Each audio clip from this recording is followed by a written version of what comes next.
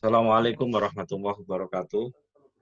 Eh, Selamat sore, kita kembali jumpa di kelas menulis online. Sore hari ini saya akan membahas tentang proses kreatif penulisan buku.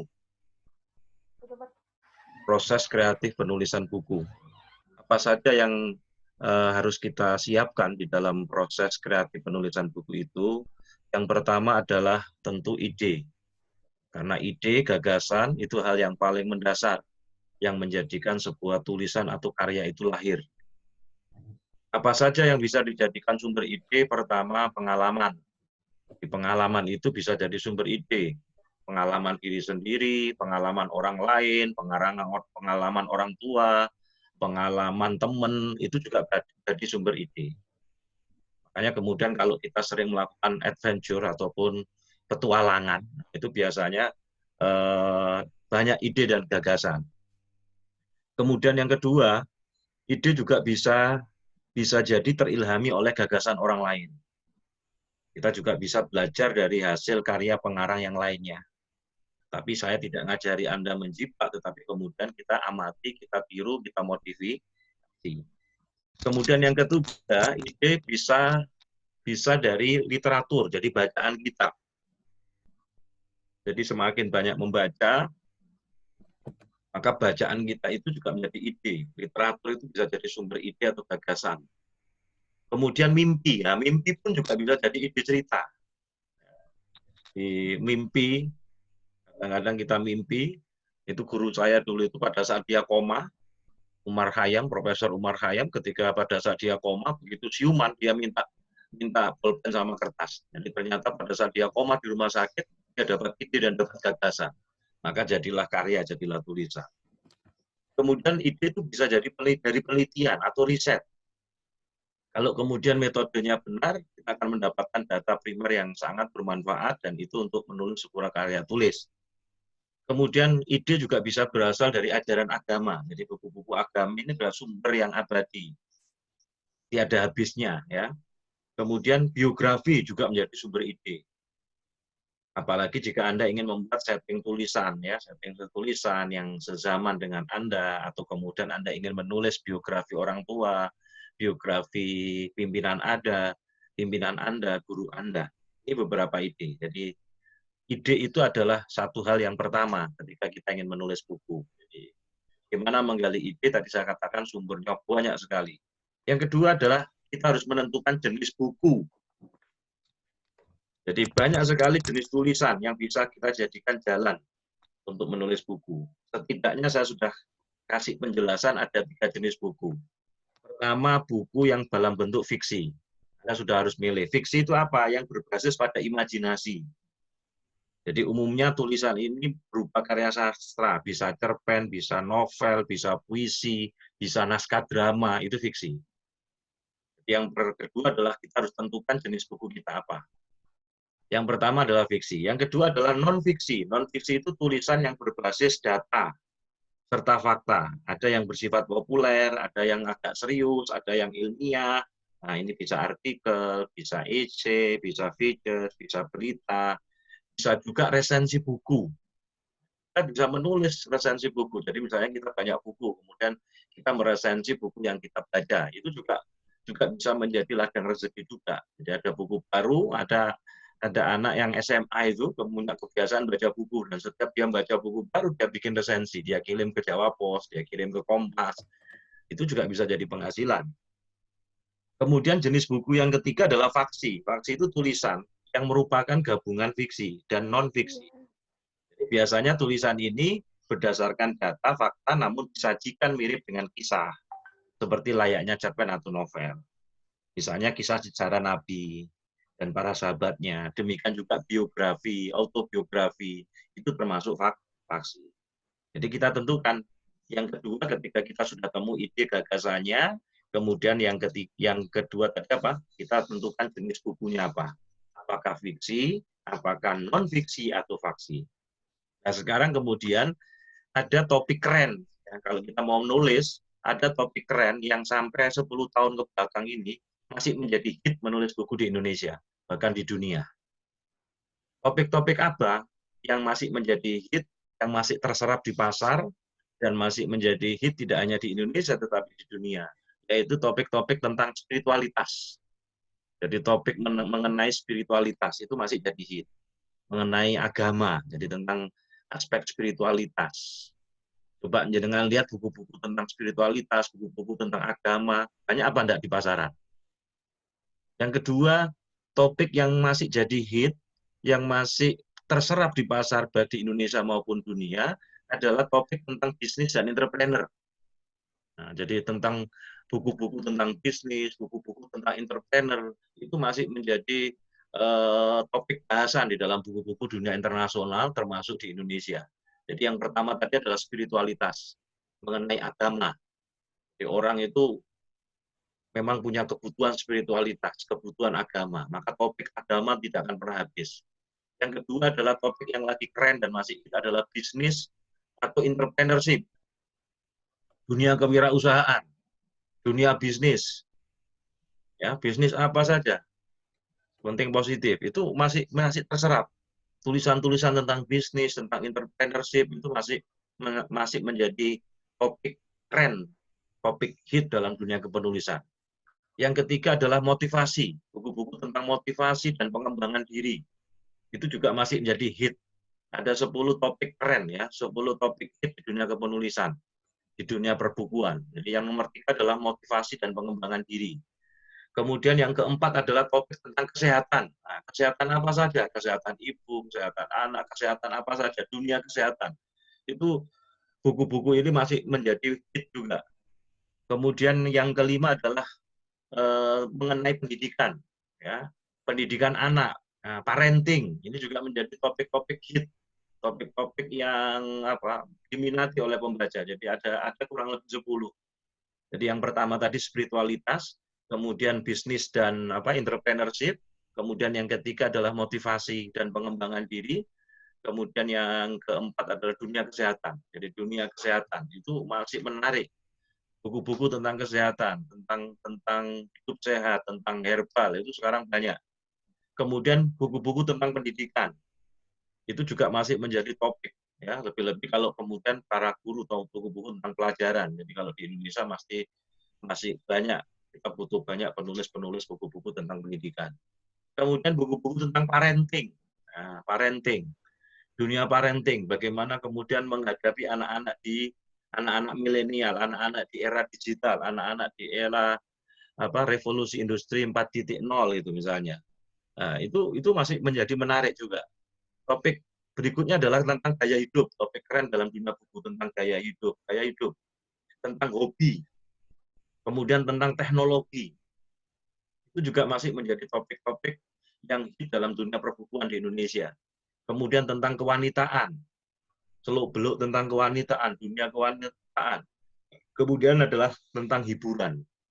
Ini adalah topik-topik yang masih hit di dunia penulisan perbukuan di Indonesia.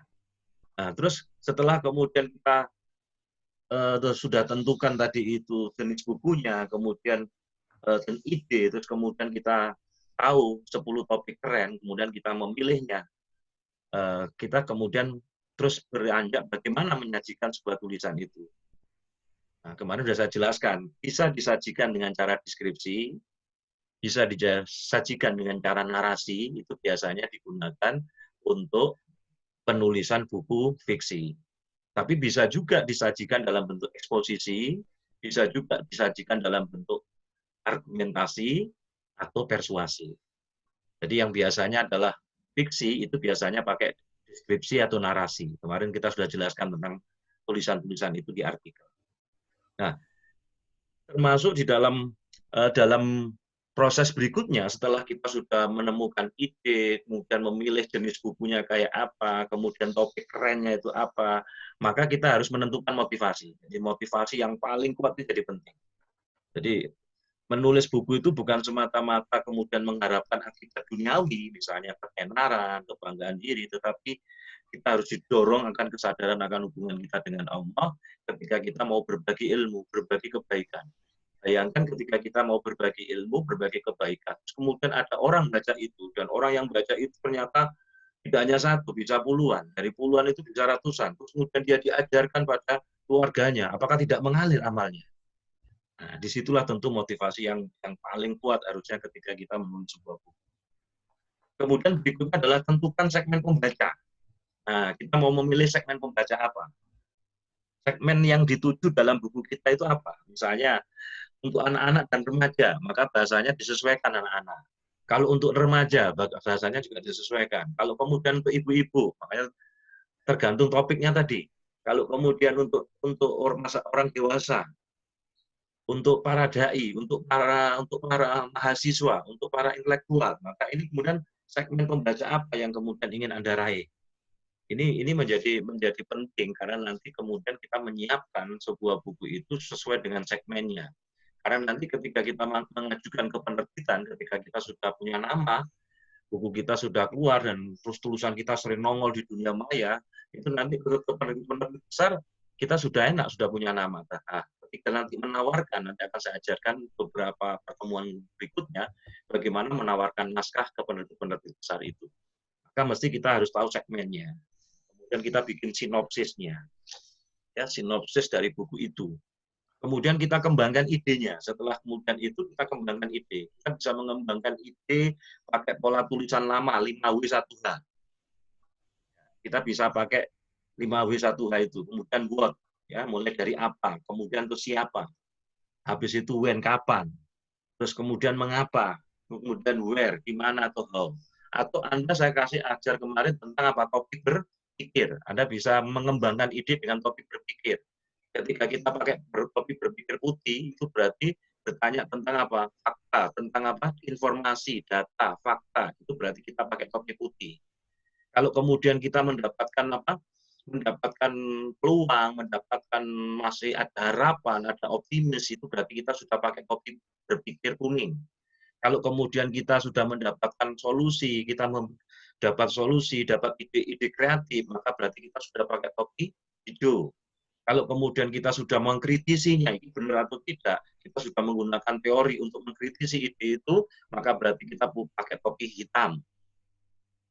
Kalau kemudian setelah dikritisi, kemudian akhirnya kita melibatkan emosi. Nah, aku senang ini. Nah, ketika kita sudah melibatkan emosi dan perasaan, maka kita sudah pakai topi merah. Kalau kita sudah menyimpulkan, berarti pakai topi biru. Nah, itu saya pernah jelaskan tentang topi berpikir. Jadi topi berpikir itu ada 6, itu membantu kita untuk menyajikan, mengembangkan ide. Jadi saya ulangi, topi berpikir putih itu berarti ketika kita bertanya tentang apa? Tentang informasi, tentang data dan fakta. Itu berarti kita pakai topi putih. Nah, topi putih itu hanya ada dalam benak pikiran saja. Tidak kemudian ditulis nanti di dalam makalah itu, dalam buku itu topi putih, tidak. Nah, kalau sudah topi putih, kalau kita kemudian memberikan apa? Ada semangat, ada peluang, ada harapan, maka kemudian itu berarti kita sudah pakai topi kuning. Kalau kemudian ada cara-cara baru, kemudian ada terobosan-terobosan, gagasan, kemudian ada solusi, maka kemudian kita sudah pakai topi hijau. Jadi kalau topi hijau itu bertanya tentang alternatif, cara, gagasan. Nah, kalau sudah mulai mengkritisi apa yang kita tulis, kemudian ada menggunakan dalil, menggunakan teori, berarti kita sudah menggunakan topi hitam. Jadi topi hitam itu untuk mengkritisi. Kalau kemudian kita sudah melibatkan emosi dan perasaan kita, itu berarti pakai topi merah. Kalau kemudian kita sudah mulai menyimpulkan, kemudian langkah selanjutnya apa, berarti itu adalah pakai topi biru. Jadi 6 topi berpikir itu putih, kuning, hijau, kemudian apa? Hitam, kemudian merah itu melibatkan emosi dan perasaan, yang terakhir adalah topi biru. Bagaimana susunannya nanti sesuai dengan situasi dan kondisi ketika kita menuliskannya. Jadi kita bisa mengembangkan ide tadi pakai 5W1H atau pakai topi berpikir yang saya jelaskan tadi ya, dan 6 topi berpikir. Kemudian langkah berikutnya adalah apa? Pelajari buku yang mirip. Mengenai 90 hari menulis buku, saya sudah bikin checklist-nya. Nanti dengan harus komitmen dan lakukan tiap minggunya. Seperti PowerPoint yang sudah saya kirim di emailnya masing-masing. Kalau Anda ngikuti itu, insya Allah kemudian 90 hari, bahkan lebih cepat dari 90 hari. Karena kalau sudah checklist-nya sudah selesai, ya dilewati, masuk minggu berikutnya. Terus kayak gitu. Nah, pelajari buku yang mirip. Nah, kita bisa pelajari buku-buku mana yang mirip, mana yang kita menulis itu. Jadi aku nanti menulis gayanya kayak buku inilah. Cari buku buku role play ya, buku contoh. Jadi pelajari buku yang mirip, tapi ingat, guru saya Tung Desem mengajari amati, tiru, modifikasi. Jadi kita bisa survei kecil-kecilan ke toko-toko buku besar, atau kemudian kita lihat buku-buku yang sudah kita punya, kira-kira atau nanti model bukunya kayak inilah. Nah, ambil, pelajari buku yang mirip. Nah, langkah berikutnya adalah Anda mulai menyusun outline naskah. Nah, setelah outline naskah tersusun, Anda bisa kembangkan outline itu menjadi tulisan. Outline itu adalah, outline itu ada banyak bentuk. Satu, kita bisa menggunakan outline dalam bentuk tahapan. Kita outline dalam bentuk tahapan ini yang paling banyak digunakan penulis. Jadi topik, subtopik, kemudian subbab lagi, jadi seperti daftar isi. Tapi ada yang membuat outline seperti butiran. Ini biasanya kerap sekali dilakukan oleh penulis yang bermaksud mengumpulkan tulisannya dalam bentuk artikel. Jadi dia mengumpulkan dari butiran-butiran itu. Terus kemudian dikumpulkanlah artikel-artikel yang temanya agak serumpun, agak seperti sambung benang merahnya. Maka jadilah buku. Jadi kalau ada yang modelnya tahapan tadi itu ada isi, ada bab 1, terus kemudian ada subbabnya, kemudian ada kayak tulisan ilmiah itu, ada itu yang namanya tahapan. Tapi ada yang bahkan butiran saja. Ya, butiran saja. Jadi kumpulan tulisan-tulisan, dia bikin lepas tadi, tulisan yang lepas itu dijadikan satu, kemudian dikumpulkan satu topik, kemudian dibuat butiran-butiran bab. Nah, kemudian beberapa dibuat subbabnya. Ada yang outline aliran. Nah, kalau outline aliran ini yang paling jarang dilakukan oleh penulis. Dia menulis buku karena dia mengalir saja, tanpa bertahap, tanpa berbutir. Pokoknya dia nulis saja. Ini seperti ulama-ulama Timur Tengah. Kalau jenengan pernah baca tulisannya Dr. Et Al-Qarni, La Tahzan, itu kan mengalir saja itu. Bahas apa terus mengalir, satu ayat, dua ayat dibahas, itu kan ada bab-babnya itu. Dia mengalir saja. Lah yang keempat ada outline yang dalam bentuk tanya jawab. Ini kayak Ayah Edi. Ayah Edi itu penulis parenting. Jadi dia menulis buku itu modalnya ada pertanyaan dijawab. Itu pertanyaan di Radio Sumat FM. Dari selama dia ngasuh tentang parenting itu, kemudian dari pertanyaan dijawab. Dari pertanyaan dijawab. Jadi model outline-nya adalah tanya jawab, tanya jawab, tanya jawab. Boleh, itu outline tanya jawab. Nah, ini beberapa langkah-langkah kreatif teman-teman untuk menulis sebuah buku. Nah, bagaimana checklist dan ringkasannya, saya sudah bikinkan PowerPoint-nya, dan Anda tinggal mematuhi tiap minggunya. Jadi ketika checklist tiap minggunya itu Anda patuhi, maka Anda akan bisa menyelesaikan. Bahkan di situ hitungannya adalah 90 hari. Jadi setiap pekan itu ada targetnya. Mungkin ini yang bisa saya sampaikan sebagai pengantar. Silakan monggo kalau ada diskusi tentang proses kreatif penulisan buku. Insya Allah nanti buku panduannya ini sudah masuk di percetakan, ini lagi antri. Jadi nanti jenengan semua bisa dapatkan, karena nanti Anda hanya mengganti atau beli bukunya itu aja. Tapi ilmunya sudah saya sharingkan terus ini. Prosesnya sekarang antri di percetak, di penerbit. Mudah-mudahan segera bisa covernya bisa keluar dan segera bisa dinikmati. Setelah 3 bulan selesai, berarti Anda sudah punya buku panduannya sendiri dan bisa dibaca lagi. Oke, silakan. Ada yang didiskusikan teman-teman sekalian. Tema kita hari ini adalah bagaimana sih proses kreatif penulisan buku. Dan saya sudah ajarkan bertahap dari pertemuan-pertemuan sebelumnya, dan hari ini saya coba kemudian bikin poin-poinnya. Silakan kalau ada didiskusikan. Waktu kita juga masih banyak, karena sekitar 15 menit. Nah, nanti kita seperti biasa kita break, kita kembali kembali kemudian masuk lagi di Zoom ini. Silakan. Kalau bertanya, mood-nya dibuka.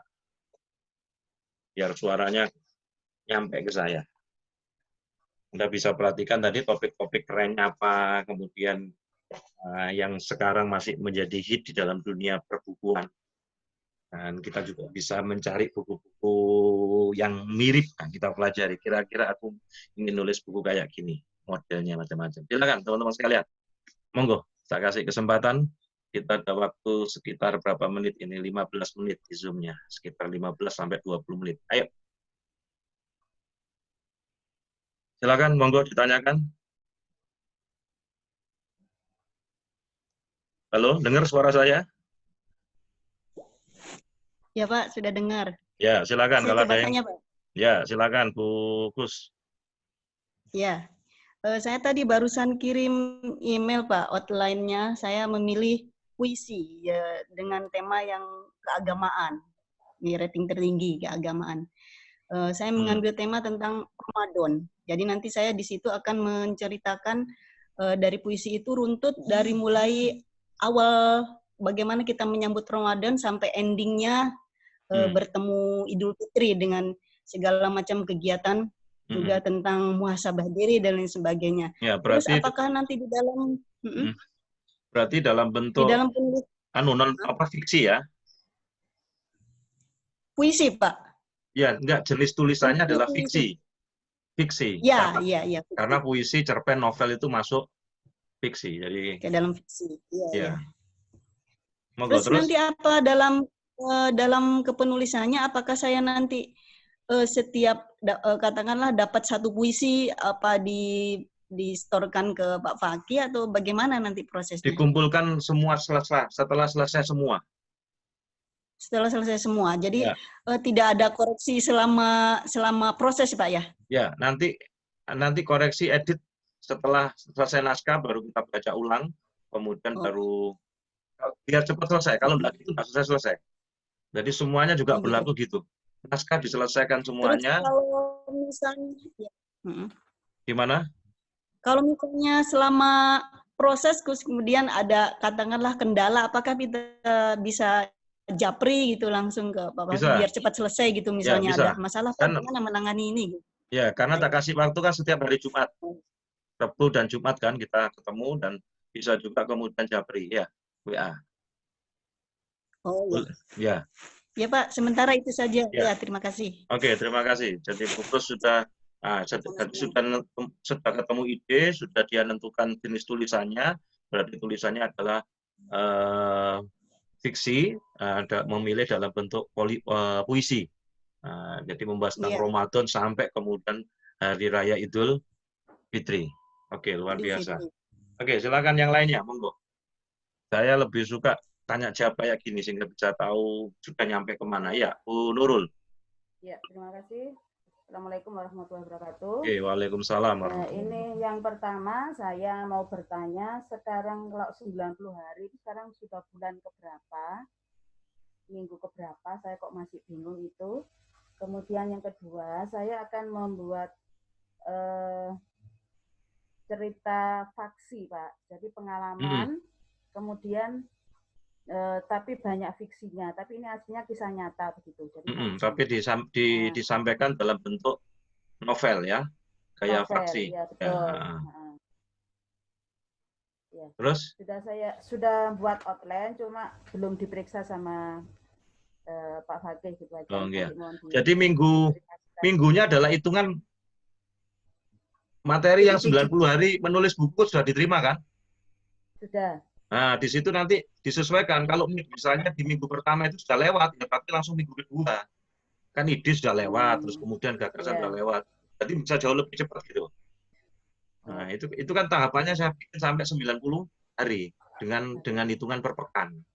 Nah, kalau sekarang misalnya Ibu sudah mulai outline-nya sudah mulai nanti saya baca, nah, nanti jenengan langsung kalau sudah saya baca nanti segera langsung melanjutkan pada minggu-minggu berikutnya sampai naskah itu selesai. Okay? Karena sebenarnya bahannya kan sudah ada, idenya sudah ada, pilihan apa bukunya tadi adalah buku fiksi. Karena sebenarnya kisah nyata tapi dikemas dengan narasi dan deskripsi. Oke. Maka kemudian perlu kemudian dibikin alurnya.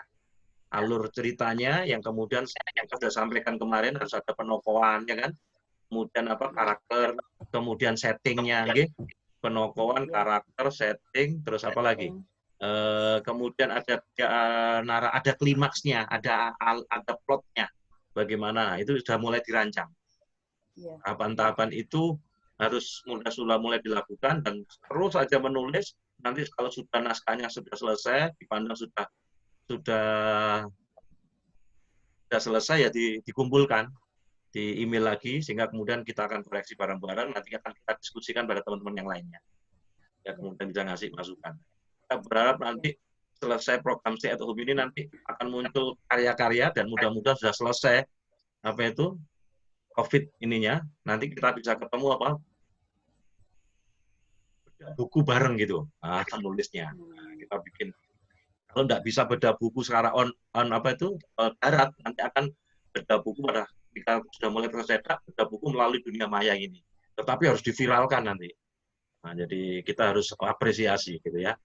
Oke, Bu Nurul, saya pikir itu. Pak. Jadi jenengan Ya. sudah tidak harus melompat mulai minggu pertama, nanti dibaca itu di tahapannya itu. Kalau sudah checklistnya sudah lewat, berarti sudah bisa langsung pada minggu ketiga atau minggu keempat. Oke, bisa dipahami. Ya, Makanya ya, setiap terima kasih, Pak. checklistnya dibuka itu menjadi patokan ya. Termasuk menulis buku fiksi dan non fiksi, tinggal disesuaikan aja patokannya. Oke, yang lainnya monggo. Ya, terima kasih. Ye. Ya, Pak. Ya, siapa? Bu Esti, monggo silakan Bu Esti. Ya. Begini Pak, tadi yang bertanya tadi yang membuat puisi tadi loh Pak, itu kan kita menulisnya kan 100 halaman ya Pak. Ya itu minimal. Berarti kalau misalnya mereka membuat puisi itu, berarti kalau katakanlah satu judul puisi itu 1 halaman, berarti harus membuat sekitar 100 puisi ya Pak. Karena bisa jadi puisi itu 2 halaman atau 4 halaman. Karena bisa jadi satu puisi itu 2 halaman atau 4 halaman. Berarti kalau kemudian ya paling tidak mendekati 100 lah. 50 pun juga bisa. Cuma kalau terlalu tipis itu. Kertasnya itu A4 ya Pak, 100 halaman itu? Kertasnya nanti kita pakai A5 aja. Yang A5? buku, ya, jadi bukan UNESCO. Kalau yang UNESCO agak besar. Ya. Kita pakai A5 ya Pak? Ya, pakai A5. Nanti sementara kita pakai A5. Kertasnya kertas HVS Bunda. Jadi biar nggak cepat rusak.